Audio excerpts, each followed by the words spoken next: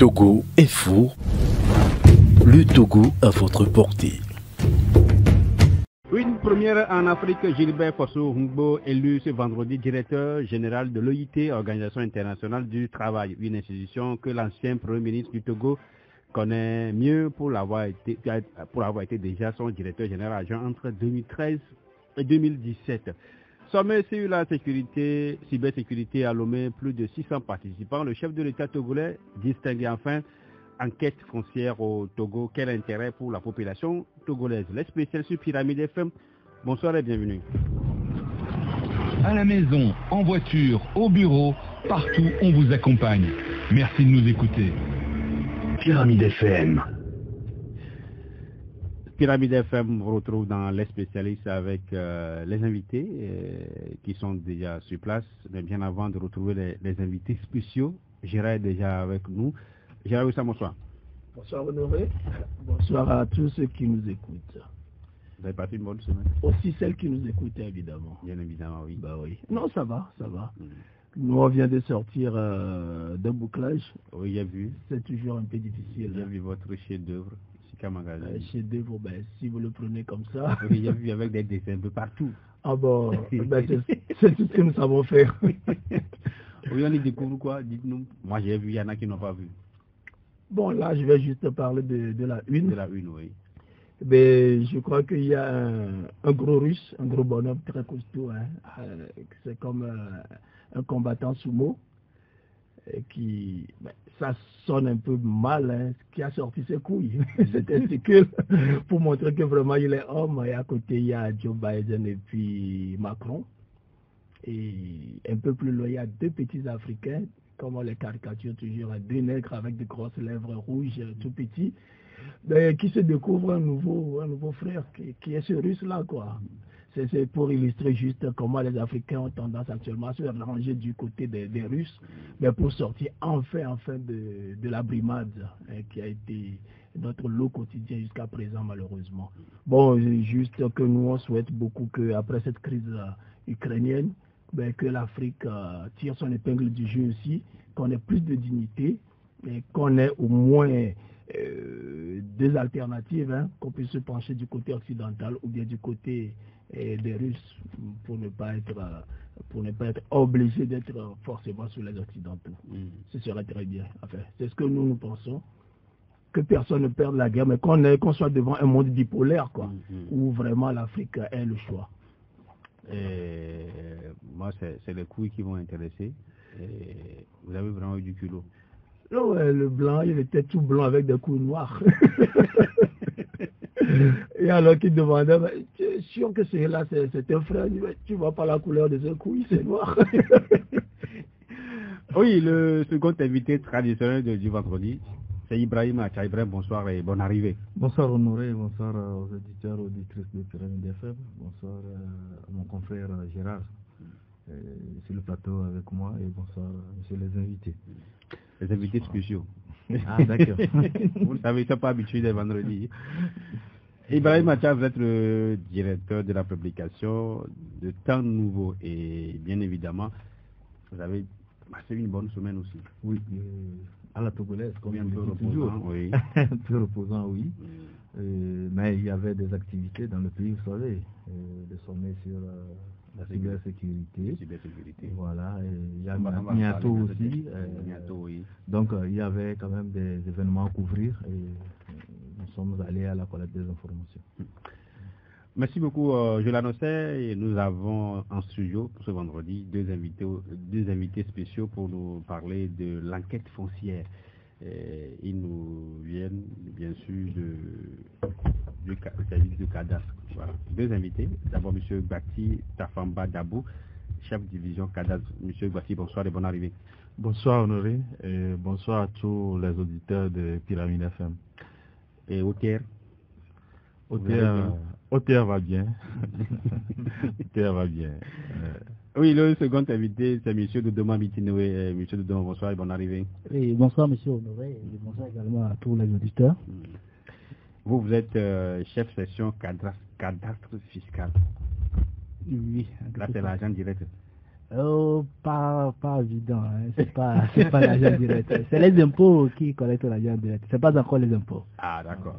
Bon, on comprendra, oui, bien avant que de parler de l'enquête foncière, on va profiter de votre présence pour découvrir un peu votre section. Alors, M. Bati, quand on parle de chef de division cadastre, c'est où et qu'est-ce que vous faites là-bas? Merci. Chef de division cadastre, c'est où le cadastre est rattaché à l'OTR et actuellement, la direction du cadastre et de la conservation foncière se trouve à ADI. Et qu'est-ce qu'on fait au cadastre? On voit plein de gens tous les jours là-bas. Oui. Beaucoup de véhicules garés un peu partout. Merci. C'est vrai. Le cadastre assure 3 fonctions essentielles. La fonction juridique. C'est dans cette fonction juridique-là que s'inscrit l'immatriculation foncière. Donc je pense que c'est plus pour ça qu'il y a beaucoup de véhicules qui sont garés là-bas. Mais le cadastre joue aussi une fonction fiscale, notamment sur la fiscalité foncière. Et enfin, la fonction documentaire et technique. On va dire que c'est les 3 missions du cadastre. Monsieur Bitenoé?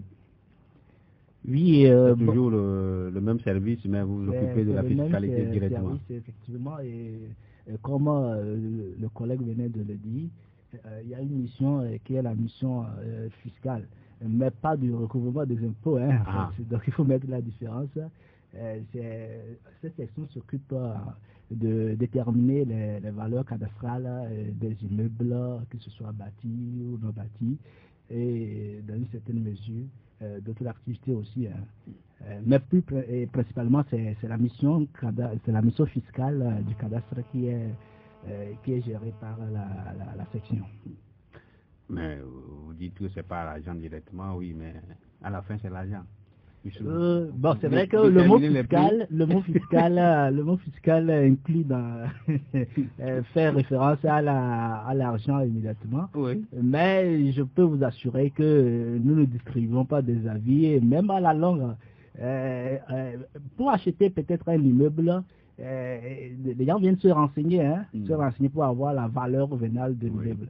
Et donc c'est l'un des rôles également de service. Donc c'est pas pour distribuer des avis ou bien la conséquence n'est pas directe fiscale. Ok, M. Baptiste, c'est la nuance que je vais apporter aussi. C'est ce que je voudrais rajouter, que la valeur cadastrale ne permet pas que d'aller aux taxes foncières. Ça permet aussi aux opérateurs économiques de pouvoir, d'une manière ou d'une autre, avoir une idée sur l'estimation d'un bien. Si vous voulez faire un prêt à la banque avec un titre foncier par exemple, ça peut servir à la banque de savoir jusqu'à quelle hauteur votre projet pourrait être financé avec la garantie de l'immeuble que vous apportez. Donc ce n'est pas que la détermination des valeurs cadastrales n'a pas pour seul objectif la fiscalité foncière. Nous avons sollicité votre présence dans cette émission pour parler de l'enquête foncière qui est en cours. Nous allons y revenir maintenant. Et oui, cette enquête a déjà démarré. Et M. Baptiste, depuis quand et pourquoi? Bon, merci. Ça fait 3 semaines déjà que les collègues sont sur le terrain en train d'arpenter la commune de Golfe 3. Alors, pourquoi l'enquête foncière? Pour cela, je vais commencer, si vous permettez déjà, par dire ce que c'est que le cadastre. Donc, le cadastre, c'est un ensemble de documents cartographiques et littéraires qui recensent les biens bâtis et non bâtis sur une commune. Donc, aujourd'hui, l'enquête que nous faisons va nous permettre de collecter toutes les données littérales qui vont aller s'ajouter aux données cartographiques pour constituer un véritable cadastre. Et ça s'inscrit dans le projet global de modernisation du cadastre qui est porté par le chef de l'État dans le PND. Voilà. Oui. Et le pourquoi de l'enquête? Et le pourquoi de l'enquête, nous allons aller chercher les données littérales, les informations littérales constitutives du cadastre, c'est-à-dire la description des immeubles, collecter les identités de leurs propriétaires, la nature et la consistance des immeubles. Voilà, c'est toutes ces informations que nous allons aller chercher sur le terrain,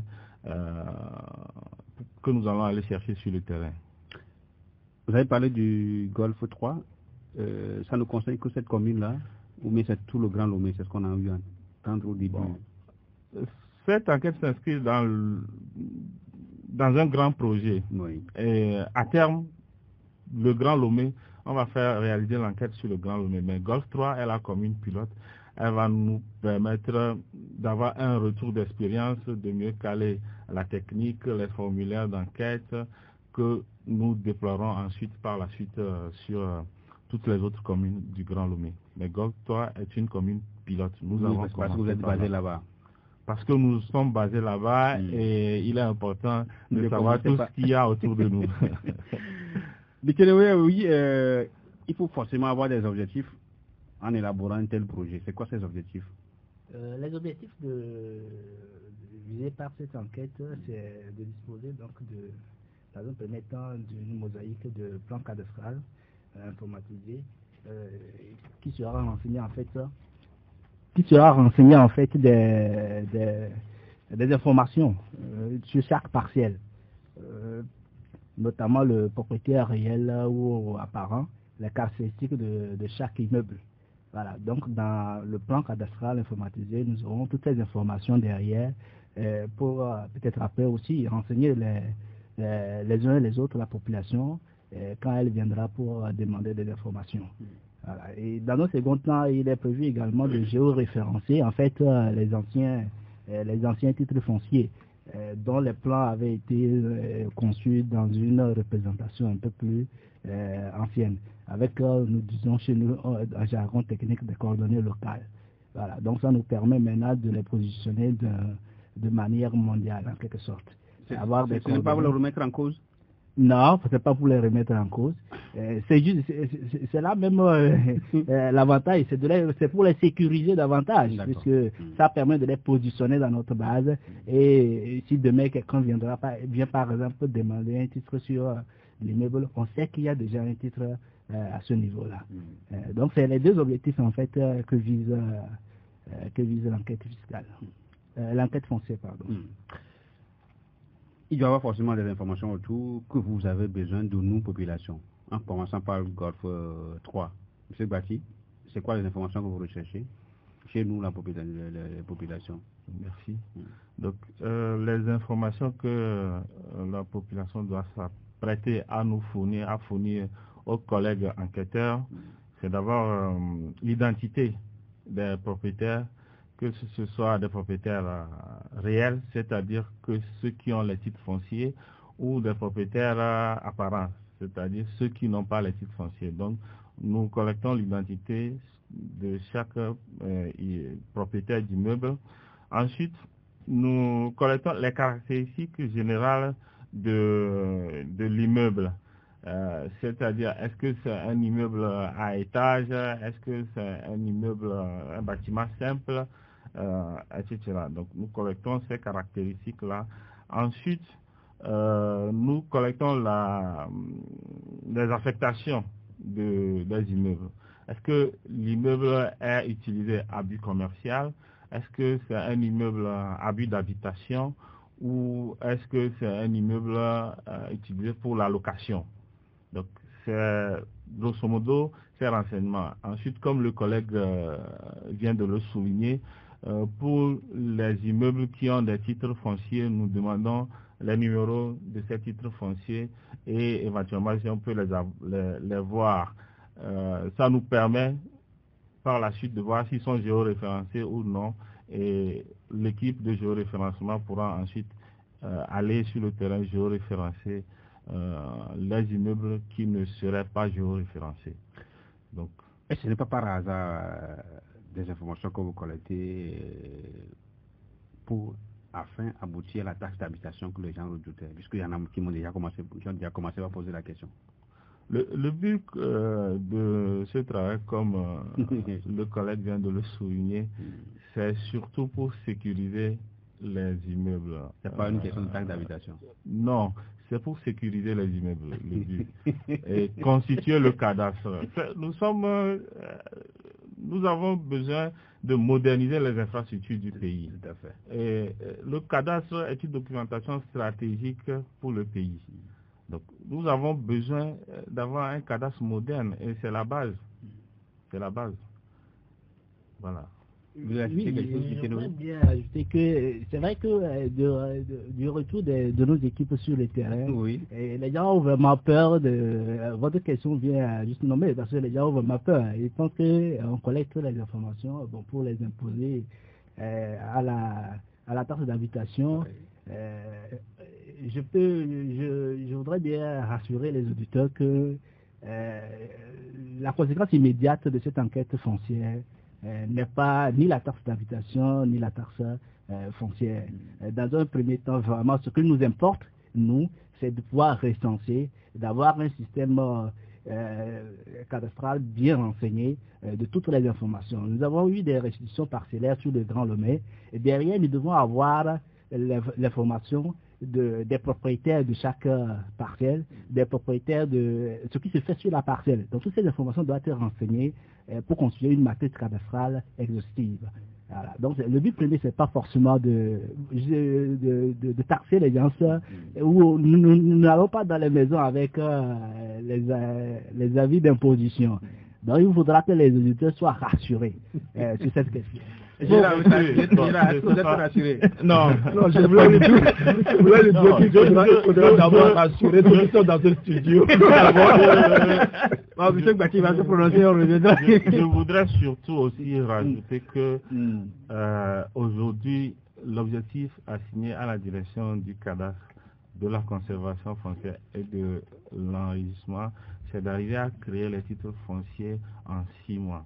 Et donc, si nous avons des données préalables sur lesquelles nous pouvons déjà nous appuyer quand les gens introduisent les demandes d'immatriculation, ça nous permettra d'aller vite. C'est tous ces processus qui vont nous permettre à la fin d'arriver à produire ces titres fonciers vite. Et ces titres fonciers sont importants pour les opérateurs. Vous avez dit 6 mois, mais là, ça va 2 ans. Nous sommes en train, et je pense que nous arrivons déjà à sortir certains titres à 6 mois. Mais on est en train, les moyens sont mis aujourd'hui pour le cadastre. Il faut avouer qu'on vient de loin, mais nous sommes sur le bon chemin. Gérard, oui, vous voulez réagir entre-temps? Non, mais moi je voudrais bien avoir confiance en eux. ça me rappelle un peu ce qui vient de se passer en Russie. Hein. Quand les Russes juraient qu'ils ne vont jamais envahir l'Ukraine et puis d'un seul coup, paf, on les a pris quoi. C'est à ça que ça me fait penser. Alors je voudrais leur demander, la main sur la conscience, si je leur donne un document de signer qui ne vont pas nous réclamer la taxe d'habitation avant 10 ans. Nous allons participer pleinement à cette opération. C'est donnant, quoi. Mais ça ne dépend pas forcément d'eux. Voilà, donc, à travers eux, on parle.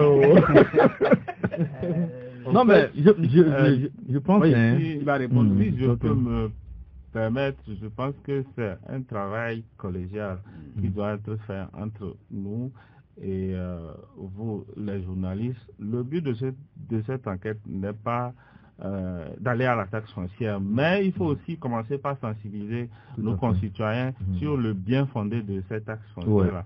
C'est ça qui va permettre aux collectivités territoriales, collectivités locales plutôt, de mettre en place les différents projets pour lesquels nous-mêmes avons choisi nos élus.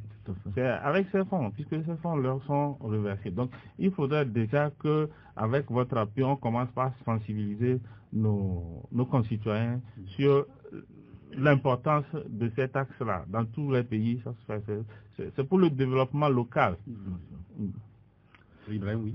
Non, mais il venait de me dire que ce n'est pas pour percevoir des taxes. Oui, nous allons revenir là-dessus, bien évidemment. Parce que ça nous intéresse, vous comprenez. Puisqu'ils sont rattachés à l'OTR, on sait que l'OTR, c'est ça, ce sont les taxes. L'OTR ne fait que percevoir des taxes. Mais vous nous aviez dit que ce n'est pas tout de suite pour percevoir les taxes. Et je vous crois aussi, parce que avec ce qui se passe actuellement au niveau des propriétés foncières et immobilières, il va falloir quand même qu'on ait une certaine cartographie de en tout cas de ces propriétés. Et en même temps aussi, lorsque nous allons introduire des dossiers à votre niveau pour les demandes de titres fonciers, pour que le processus aussi puisse aller, je pense, normalement. Mais le revers, et je l'estime, c'est que quand vous allez faire maintenant votre enquête et avoir une idée sur les habitations et tout ça là, demain vous allez passer maintenant de porte à porte pour voir maintenant ceux qui n'ont pas fait le titre foncier. Ça peut arriver. Est-ce que vous nous rassurez que, au fait, c'est pas pour, au finish, commencer par frapper aux portes des gens que vous n'avez pas le titre foncier, commencer le processus, déclencher le processus, venir vers nous et tout ça là. Parce qu'on a vu aussi un peu avec un petit recensement qui a été fait avec en tout cas les établissements et tout ça là qui sont installés dans les communes et dans certains quartiers. Et patatras, après quelques temps, ce sont les impôts. 20 000. Ah oui, ce sont les impôts qui sont arrivés. Donc, nous avons un peu peur que votre démarche là, salutaire bien évidemment, ne puisse pas déboucher sur cette pression. Et là, ce sont les gens qui parlent à la place de la population. Ah oui, ce sont les préoccupations de la population. Ce sont des questions intéressantes. Aujourd'hui, ces préoccupations ne sont pas à l'ordre du jour, puisque le processus d'immatriculation a été simplifié. Des 3 tampons, on est passé à un tampon qu'on peut avoir en 48 heures. Les coûts ont été considérablement réduits, et donc c'est la population elle-même qui vient pour sécuriser leur immeuble. Donc il n'y a pas aujourd'hui besoin que l'État aille de porte en porte dire aux gens. Les gens ont pris conscience de l'utilité de ce document. Je pense que c'est pour ça même que l'autorité a fait baisser les coûts, a simplifié la procédure pour que chacun puisse avoir ce document qui garantit son droit de propriété. Donc on n'est pas dans la logique d'aller chercher les gens. D'ailleurs, tous les moyens sont mis pour que nous puissions satisfaire tous ceux qui viennent à nous le plus rapidement possible. Et c'est sur ça que nous sommes focalisés, c'est sur cet objectif que nous sommes actuellement focalisés. Quel est alors l'intérêt de cette enquête? Oui, c'est pour revenir un peu sur ce que M. Bati a dit, que c'est avec cet argent-là qu'on modernise nos communes. Et je suis pleinement d'accord avec lui, parce que moi, personnellement, je suis prêt à contribuer un peu plus aux taxes, et en contrepartie, qu'on me donne un quartier propre. Parce que si, par exemple, j'épargne 10 000 francs de taxes, et qu'à la fin de l'année, ou bien à un moment donné, je tombe malade parce que le quartier est tellement insalubre, qu'il faut que je sois hospitalisé, que je dépense 300 000, 400 000, parfois même que ça finisse par la mort, alors pourquoi ne pas contribuer? Je suis pleinement d'accord, mais là où le bas blesse, le problème, c'est que ces taxes-là, les gens les trouvent un peu trop élevées par rapport à notre pouvoir d'achat. C'est un fait. Combien le Togolais gagne, mais pour qu'on lui exige, par exemple, je ne veux pas donner de montant, mais les taxes sont tellement élevées que, au finish, on aboutit au même résultat. Qu'on meurt de maladie, ou bien qu'on meurt d'inanition, qu'on meurt mourir de faim, c'est pareil, en fin de compte.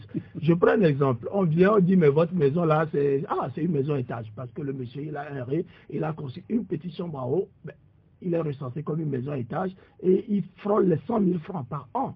Mais pour un Togolais, je vous dis sincèrement, il faut quand même gagner gros pour pouvoir le faire, pour pouvoir payer cela. Ce que les gens vous reprochent le plus, c'est le montant des taxes qu'on trouve tellement exorbitant. Comme l'a dit le modérateur, nous parlons à la place des populations. Merci. En fait, comme nous l'avons dit précédemment, cette enquête n'a pas pour but d'aller de collecter les données pour aller vers les taxes foncières. Nous avons déjà beaucoup de données au cadastre. C'est simplement pour apporter de la précision, surtout ceux qui n'ont pas les titres fonciers, les recenser, parce que c'est important. Ça nous permet aussi d'éviter les doubles ventes, etc. Où des gens sont là chez eux et un beau jour se retrouve avec quelqu'un qui a un titre foncier et puis les huissiers commencent par écrire dessus, sortir de chez vous, etc. Donc c'est le but premier de ce travail-là que nous sommes en train de faire. Mais pour que la personne ait un revenir, titre foncier ou pas, on sait au moins que le propriétaire qui y vit. on sait au moins le propriétaire. Et que quand une autre personne vient pour demander un titre foncier, ça nous permet de nous poser beaucoup de questions. Déjà à la base, à la réception du dossier, de nous poser beaucoup de questions sur mais comment se fait-il qu'une autre personne, au moment de l'enquête, c'est une autre personne que nous avons vue là-bas, est-ce qu'entre-temps, c'est elle qui a vendu, etc. etc. Mais pour revenir à votre question de base, en fait, la taxe foncière, il y a plusieurs paramètres qui rentrent en compte dans le calcul de cette taxe-là, qui font que elles sont équitables. Il y a la valeur vénale du terrain même, qui est cette valeur vénale est calculée, la valeur cadastrale elle est calculée en fonction de la localité où se trouve l'immeuble, de sa superficie. Par exemple, un terrain à Guanivé n'a pas la même valeur qu'un terrain à Thiévier, par exemple. Donc, s'il y a ce paramètre de superficie, de localité de l'immeuble qui est, dans un premier temps, pris en compte. Ensuite, il y a la nature et la consistance de l'immeuble. Entre celui qui a les moyens on ne peut pas réclamer la même chose à celui qui a les moyens de construire un immeuble à 7 niveaux et celui qui a fait son bâtiment simple et qui y vit. Il y a l'exploitation de l'immeuble. Entre quelqu'un qui exploite son immeuble à titre commercial, qui fait de la location ou qui a ouvert des boutiques et celui qui y réside simplement. D'ailleurs, pour les habitations principales, toutes les habitations principales sont exonérées. Donc, c'est une information qui est apportée. Donc, toutes les conditions... Toutes les habitations. Bon, je n'ai pas compris un peu. Oui, si je peux. Oui. C'est toutes les habitations principales. Vous construisez votre maison, vous habitez vous-même, vous ne louez pas, vous ne payez pas de taxes foncières. À la rigueur, peut-être c'est la taxe d'habitation. Les habitations, non, en fait, la taxe d'habitation, elle est moins élevée en réalité. Elle est très moins élevée. À gauche ou à droite, vous allez... Elle est très moins élevée par rapport à la taxe foncière. Les habitations secondaires également sont exonérées. Vous avez une maison ici, et vous montrez que vous ne louez pas, vous n'avez pas de revenus fonciers là-dessus, vous ne payez pas de taxes foncières. Donc, je peux dire que notre code des impôts est un peu souple à la matière. C'est le niveau du but même du pays qui fait tout ça. Parce que les gens ne gagnent pas grand-chose quand vous leur demandez, ça devient un peu plus compliqué. On tend vers la fin de cet entretien. Vous confirmez que la population a un intérêt à trouver particulièrement dans cette enquête-là, M. Bati? Oui, nous confirmons que c'est pour le bien de la population que nous menons cette enquête-là. L'intérêt premier, c'est la sécurisation des immeubles de nos concitoyens. On sait comment nous tous nous souffrons pour faire des crédits, etc., pour acquérir ces biens-là. Et donc, c'est le rôle de l'État aussi de pouvoir sécuriser les investissements de chacun. Et donc, c'est le but premier recherché pour cette enquête. Mais je voudrais aussi profiter pour, on va dire, sensibiliser la population sur le fait que des collègues enquêteurs sur le terrain sont tous munis des badges OTR, pour qu'il n'y ait pas, après d'amalgame, des gens qui se fassent passer pour nous. Ça, c'est le premier point de sensibilisation. Ensuite, nous demandons les numéros de ces titres fonciers, mais en aucun cas, nous ne partons avec les titres fonciers. Donc, nous demandons aux populations d'être vigilantes sur ce point, de ne pas remettre les titres fonciers en aucun cas à quelqu'un. on ne part pas avec le titre foncier. On donne juste le numéro. On donne juste le numéro. Et voilà. Donc, nous demandons aux populations, ou nous prions aux concitoyens de réserver un accueil chaleureux à nos collègues qui sont sur le terrain en train d'abattre un grand boulot. Monsieur le Doma, vous avez autre chose à ajouter? Non, peut-être dire que si nos collègues passent dans vos domiciles ou lieux professionnels, au cas où vous n'êtes pas présent, les collègues déposent des fois des questionnaires. Donc nous prierons les uns les autres de remplir ça avec des vraies informations que nos collègues répartiront pour retirer. Est-ce qu'on peut avoir une petite idée sur les questions que vous posez? Juste quelques-unes, quoi. Oui, bon, nous l'avons brossé. Entre-temps, nous posons des questions qui nous permettent d'identifier en réalité de manière précise la partielle. Donc, des questions, par exemple, sur s'il y a le titre, il n'y a pas le titre, et la nature, est-ce que c'est une propriété bâtie, c'est pas une propriété bâtie. Et nous posons également les questions sur l'identité du propriétaire, son adresse, ses contacts, et aussi les occupants, bon, pas l'identité des occupants, mais l'affectation de l'immeuble. Est-ce que c'est en location? Est-ce que c'est commerce? Et nous prenons des fois aussi les informations sur les factures de CT et puis les TD. Parce qu'après tout, il faut recouper les informations et avant de porter le nom du propriétaire dans notre matrice cadastrale. Donc voilà un peu à grosso modo les informations que nous recueillons. Merci beaucoup. Ils sont malins. Hein? Non, c'est leur boulot. Non, mais ils ont dit qu'ils vont recouper les informations avec les factures de la CT, tout ça. Moi, j'avais déjà mon petit plan. Si j'ai une maison que j'ai louée à quelqu'un, je déclare que lui et moi, on est même père, même mère. Ça peut faire diminuer un peu les taxes. Non, pour le moment, on ne parle pas de taxes. Non, il n'y a pas encore de taxes. Non, mais tout le monde sait quand même qu'on va aboutir à ça. Ne nous leurrons pas. Mais parce que qu'on le veuille ou non, il va falloir avoir une administration moderne et modernisée. Et donc, nous savons tout ce que nous allons vers cela, et qui nous permettent de les critiquer un peu, parce qu'ils tirent le drap de leur côté. L'État veut toujours un peu plus d'argent, mais les citoyens aussi veulent toujours lutter pour avoir le minimum d'impôts possible. Et c'est pour cela. Personne n'a jamais payé d'impôts à cœur joie. Dans aucun pays. Ça c'est vrai, même nous qui sommes. Nous avons le devoir, c'est un devoir. Mais vous, au moins, vous avez le sentiment d'être ceux qui prennent, quoi. Avant que nous vous en prenions aussi. Vous allez remarquer que même quand il faut donner, c'est plus difficile aussi. Ah oui, Merci beaucoup d'être venu, M. Gbati Tafamba Dabou. Vous êtes chef division cadastre. Et M. Dodoma Bitenewe, chef section cadastre fiscal. Nous espérons vous retrouver très prochainement. Si l'enquête évolue, on peut se retrouver notre oui, avec plaisir, avec plaisir. Ils vont passer par ici. Nous qui remercions Radio Pyramide FM pour cette opportunité qu'il nous donne pour parler à nos concitoyens. Merci à vous. Si vous avez un peu de temps, vous pouvez rester avec nous. Nous, on continue l'aventure. Avec cette bonne nouvelle qui nous est arrivée aujourd'hui, le Togolais Gilbert Fossombo a été élu ce vendredi directeur général de l'Organisation internationale du travail, OIT. Et vous savez que dans cette aventure, il y avait d'autres candidats, notamment un Français, du nom de l'ancien ministre français du Travail, Muriel Pénicaud. Il a recueilli 23 voix contre 30 pour Gilbert Humbo. Les autres sont derrière. Il y a un Sud-Coréen, Kung Wa Kang, 2 voix, et Sud-Africain, Moutinzi Moudouaba, une seule voix. Ça fait vraiment une fierté de retrouver Humbo qui est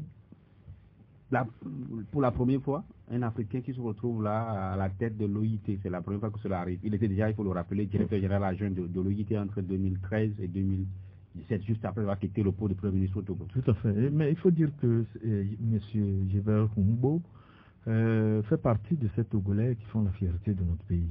Vous savez, il est à l'international et il ne fait que s'illustrer positivement sur la scène internationale. Nous l'avons vu au FIDA, où il a eu à prendre des décisions qui ont, d'une manière ou d'une autre, aidé à l'amélioration de l'agriculture au niveau de l'Afrique. Et surtout, il se bat beaucoup pour l'Afrique.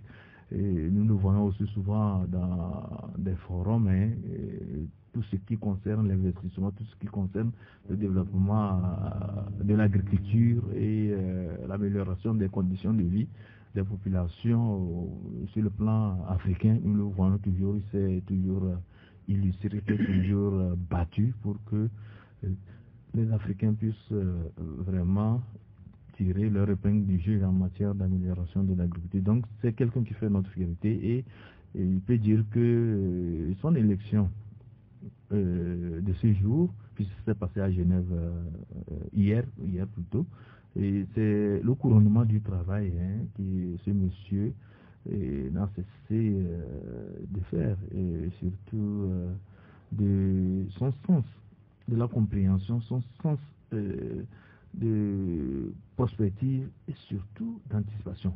Et je le dis parce que ce monsieur, lorsqu'il était Premier ministre au Togo, nous avons vu ce qui était l'action gouvernementale. Depuis son départ, malheureusement, n'a pas eu un Premier ministre de sa trempe. Et ce n'est pas pour faire des jaloux, ce n'est pas pour énerver des personnalités qui l'ont succédé, mais il faudrait quand même reconnaître de façon objective que Ngbo, à la tête du gouvernement, lorsqu'il était là, et on sentait entre 2008 et 2012. Voilà, on sentait quand même un certain dynamisme au niveau du gouvernement, et c'est sous Ngbo qu'il y avait quand même l'évaluation des ministres. On affectait des notes aux ministres, ils avaient des lettres de mission et tout ça. C'est vraiment un technocrate qui peut travailler de la sorte de façon méthodique. Et j'ose croire que c'est, en tout cas, toutes ces caractéristiques-là et tout ce que ce monsieur sait bien faire, c'est tout ceci qui a concouru vraiment à son élection. Vous allez voir qu'aujourd'hui, face à l'ex-ministre française, il a même, il a mobilisé beaucoup de voix. Et il faut dire que le monsieur, vraiment, il a une certaine carrure et ça ne fait que plaisir à nous Togolais et ça ne fait que nous conforter, surtout que c'est un monsieur que nous admirons beaucoup. Et les Togolais ont espoir quand même que ce monsieur va toujours travailler et faire rayonner le nom de notre pays. Mais pour chuter, c'est que quand on monte comme ça, sous d'autres cieux, nous voyons un peu les Sénégalais, ce qui se fait au Sénégal, les Maliens, les Maliens, les Nigériens. Il y a un travail de drainage qui se fait. Bon, j'essaie aussi de voir au niveau du pays, les gens aussi à promouvoir. Bon, il ne s'agit pas seulement de faire chemin seul, il faut aussi voir comment positionner certains Togolais. Pour l'éviter copinage. Non, c'est pas le copinage. Quand on parle de positionnement, c'est de tout faire pour amener les Togolais aussi qui ont des talents, qui ont aussi des compétences, des aptitudes à faire valoir à l'international, de pouvoir aussi s'insérer. Et cela passe par l'information, le partage de l'information. Si, Honoré, vous êtes journaliste, s'il y a des bourses, par exemple, au niveau du Canada, un Togolais là-bas, il apprend cela. S'il ne vous appelle pas, vous ne saurez pas. Vous comprenez? Mais si vous dites, mais il y a des bourses ici, vous pouvez faire ci, parce que je connais vos compétences, je sais comment vous travaillez, et si je vous donne l'information, vous pouvez saisir cette opportunité et pouvoir monter. Donc c'est ce que nous demandons aussi de la part de tous nos grands frères là qui sont à l'international, d'essayer de faire un partage d'informations lorsqu'il y a des opportunités pour que les Togolais se positionnent. Parce que aujourd'hui, quand on voit, c'est toujours Humbo, mais il faudrait aussi quand même qu'on ait aussi beaucoup de Togolais à l'international et que l'État aussi fasse la promotion des gens, qu'on ne regarde pas les colorations politiques des gens pour caler des gens. Gérard, dans cette émission, on a déjà parlé de Humbo. Si je me rappelle bien, vous avez dit à l'époque que le monsieur, il a su tracer lui-même son chemin. Ben oui, c'est ce qui continue à me fasciner chez lui. C'est pas l'enfant de riche, c'est pas un enfant non, on le sent même dans son comportement, dans toutes ses interventions. Moi, je l'ai vu une seule fois à la primature, où vraiment on pouvait lui poser des questions et tout cela. Mais il impressionne par la simplicité de ce qu'il fait. Et moi, ça me donne l'espoir que c'est un message pour les Togolais pour dire, mais on peut venir, peu importe l'origine, ses origines, d'où on vient, quoi. Qu'on soit enfant de riche ou de pauvre, ben, on peut se faire tout seul. On peut se faire tout seul. D'abord, moi, c'est ce que ça m'inspire. Et de deux aussi, peut-être ce que Ibrahim a oublié de dire, quand M. Humbo était Premier ministre, ben, on soutenait sérieusement la presse. Il a compris que la presse était le moteur même du développement. L'information était le moteur même du développement. Et je pense, je ne vais pas trahir le secret, à chaque parution, les journaux avaient un soutien financier. Et il y avait le civisme, on parlait d'un projet de civisme. Voilà, en fait, c'était factice, c'était juste pour encourager les gens, les journaux à faire du bon travail. Et vous avez vu, il y avait un certain décollage. Les gens prenaient conscience eux-mêmes que il faut faire une presse qui participe à la construction de la nation, à la construction de la société, à la construction de l'économie et tout et tout. Mais malheureusement, je ne sais pas par quel extraordinaire, mais cet élan-là a été brisé. Non, dès qu'il est parti, c'est son successeur qui a coupé ce projet. Oui, mais ça ne devrait pas être comme ça, parce que quand on voit le bien fondé de ce que le prédécesseur fait, on devrait pouvoir continuer. Et donc, c'est sûrement des gens qui ont milité, qui ont plaidé pour que cela soit coupé.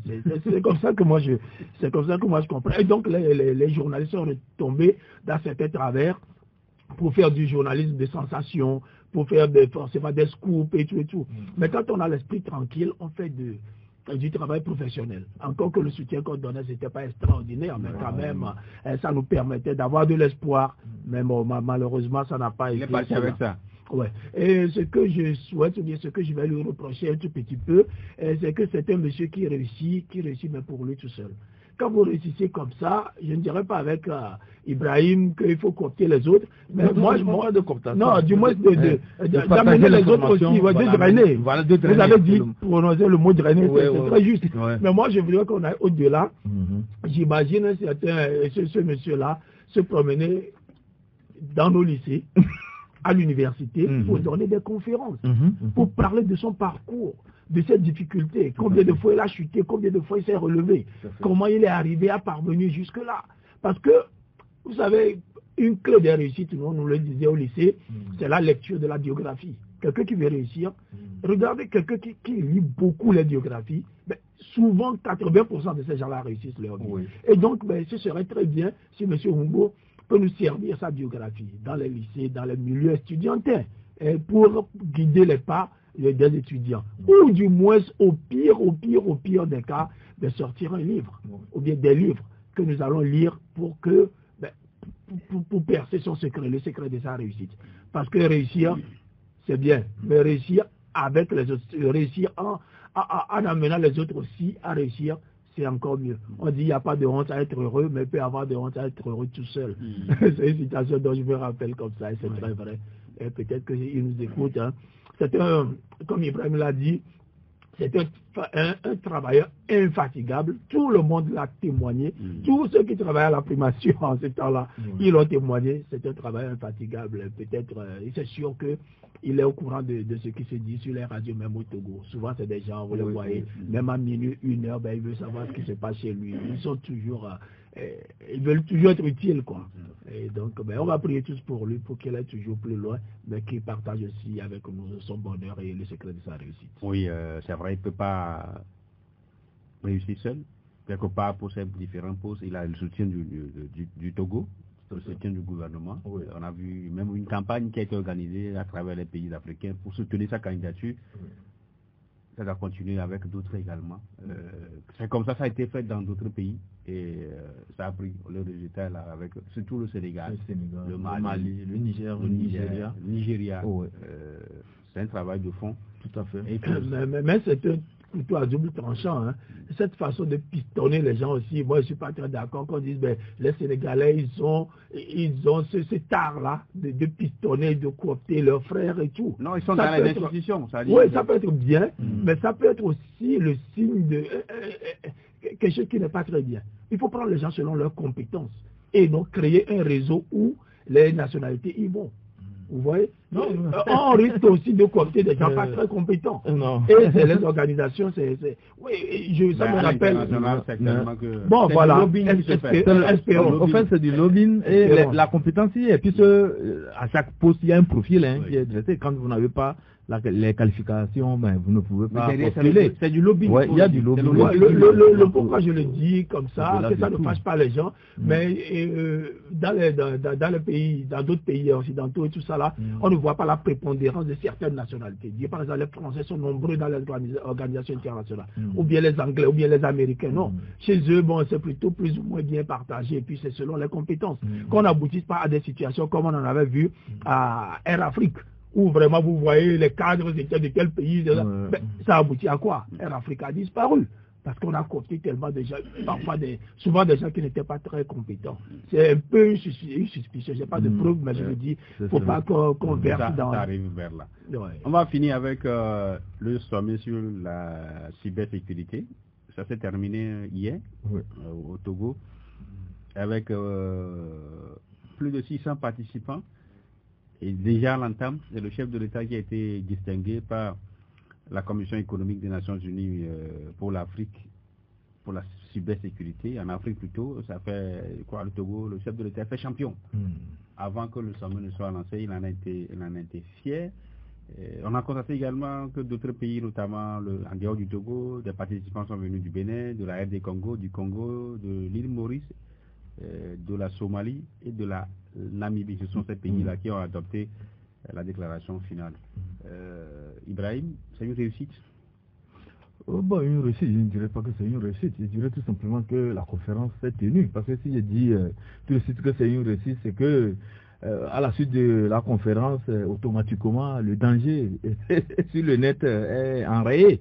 Là, on parle là de réussite. Ici, ce sont des résolutions qui ont été prises. Et encore faudrait-il que ces résolutions soient mises en pratique et que les gens travaillent durablement et efficacement pour que l'espace numérique ne représente plus de danger à nos populations et pourquoi pas à l'ensemble des pays de l'Afrique. Mais ce qu'il faut saluer, c'est qu'on a senti quand même des gens s'engager à véritablement entretenir certaines coopérations au niveau des États et à mener une lutte bien coordonnée et bien structurée contre la cybercriminalité. Mais peut-être que d'autres diront que c'est la préoccupation. Est-ce que c'est ça par rapport au timing? Oui, parce que là, ça pose un sérieux problème parce que actuellement tout ce que la population veut, c'est que le gouvernement s'engage véritablement sur le chantier de l'amélioration du vécu quotidien des Togolais et surtout à voir comment trouver des stratégies pour faire baisser les prix comme ça a été fait au Bénin hier. Voilà, des produits de première nécessité sur le marché. Je pense que c'est là où la population togolaise, surtout je parle des Togolais, attendait le gouvernement. Mais toutefois, il faut aussi dire que avec la prolifération des systèmes ou bien des terminaux de communication et connectés au web, et il va falloir que le Togo ou bien les autorités togolaises, au même moment qu'ils travaillent à améliorer les conditions de vie des Togolais, fassent tout aussi pour mettre la population à l'abri de toutes ces menaces. Parce que quand nous parlons de la cybersécurité, vous savez que c'est des menaces vraiment qui sont sur la toile. Et ça aboutit le plus souvent à ce que nous appelons des rapts, ça aboutit souvent à des détournements, ça aboutit souvent à faire péricliter des entreprises. Parce que les bandits, les hackers et tous ces criminels-là qui sont sur le numérique cherchent par tous leurs moyens pour mettre à genoux l'économie des pays. Donc travailler sur en tout cas sur ce secteur, travailler sur ces questions, c'est une très bonne chose. Et cette conférence, moi je dirais qu'elle est à saluer, mais il va falloir que aussitôt après la fin de cette conférence, que les résolutions qui ont été prises soient vraiment appliquées, que les gens travaillent aussi efficacement pour que l'espace numérique ne puisse pas constituer des dangers dans notre pays. Gérard, c'est un expert togolais, je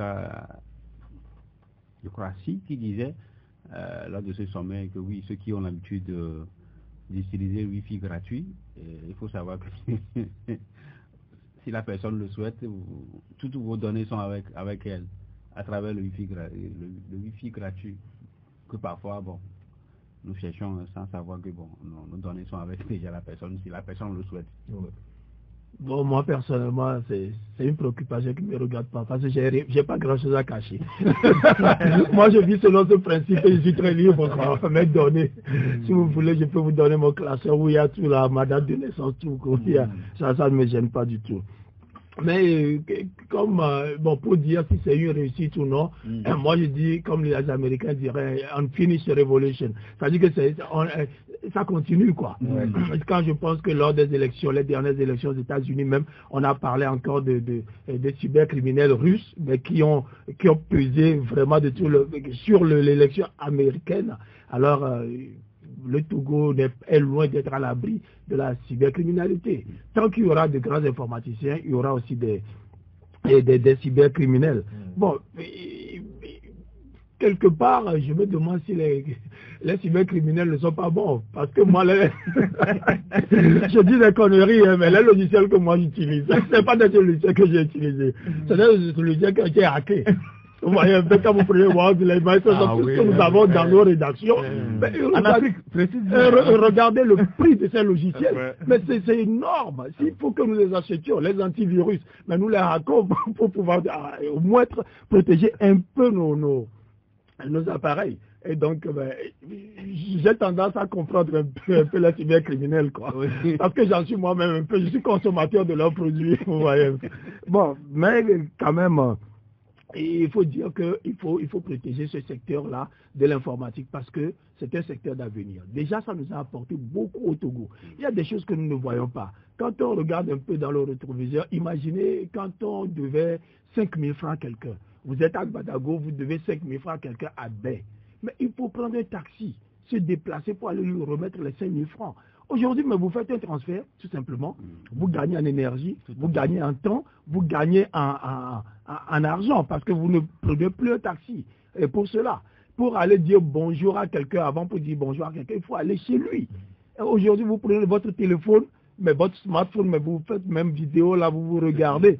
Mais vous n'imaginez pas ce que ça représente en termes d'économie pour nous. Ça fait que l'argent reste un peu dans nos poches et ça fait que nos conditions de vie sont plutôt améliorées. Donc, moi, je ne peux que saluer cette initiative-là, mais il faut qu'on se rende compte que ce n'est pas une lutte qui va finir maintenant. Et pour nous, les Africains, qui n'avons pas un pouvoir d'achat élevé, il faut qu'on réserve pour nous un tout petit coin de crime informatique pour qu'on puisse continuer à fonctionner. Peut-être vous terminez. Oui, nous avons eu ce sommet-là sur la cybersécurité. Donc, au même moment aussi, je pense que l'État togolais doit travailler pour que notre Internet aussi soit beaucoup plus viable et fluide. La dernière fois, nous avons vu le chef de l'État aller inaugurer la connectivité avec en tout cas la fibre optique de Google. Et c'est une très bonne chose, mais il faut on en a vu avant, hein. Oui, fibre optique, des trucs finalement non, ça a marché. Les fibres optiques au niveau du Togo, avec le travail qui a été fait, ça a amélioré un tant soit peu la connectivité au niveau du Togo. Bon, maintenant il faut travailler encore. C'est comme quand vous êtes à Abidjan, parfois quand moi je vais à Abidjan, quand j'ouvre la page web yahoo.fr, mais ce que je vois, c'est pas ça que je vois à Lomé. Ah non, ça, il faut qu'on se dise la vérité. Ici à Lomé, il faut passer au moins 5 à 10 minutes avant que la page ne se charge. Mais à Abidjan, quand vous cliquez comme ça vient en même temps. Même avec des images là, ici à Lomé, ça n'apparaît même pas. Les templates là, parce que la connexion est très lente. Il faut le dire. Ce ne sont pas des choses qu'il faut cacher. Et je pense que les autorités ne doivent pas être exaspérées par ce que nous disons. Elles doivent travailler pour que les choses s'améliorent. Ibrahim là, il ne peut pas être dans UNIR. Non, un journaliste, il ne doit pas être dans un parti politique. Non, je dis, il ne peut pas être dans UNIR. Je ne dis pas qu'il n'est pas dans l'Union, quoi. Là, c'est juste pour blaguer. Il faut quand même qu'on ait le courage de dire ce qui ne va pas. On ne va pas toujours caresser dans le sens du poil. C'est notre pays, nous allons le construire ensemble. Merci beaucoup, Gérard Ouessant, directeur de la publication de SICA Magazine, Ibrahim Acha, directeur de la publication de Temps Nouveau. Entre-temps, nous avons eu 2 invités spéciaux. M. Bati Tafamba Dabo, chef division cadastre, et de Doma Bitenewe, chef section cadastre fiscal. Ils nous ont aidé à parler un peu de l'enquête foncière. L'émission a été mise en onde par Romaric Freitas. Bon week-end chez vous. On se retrouve le lundi.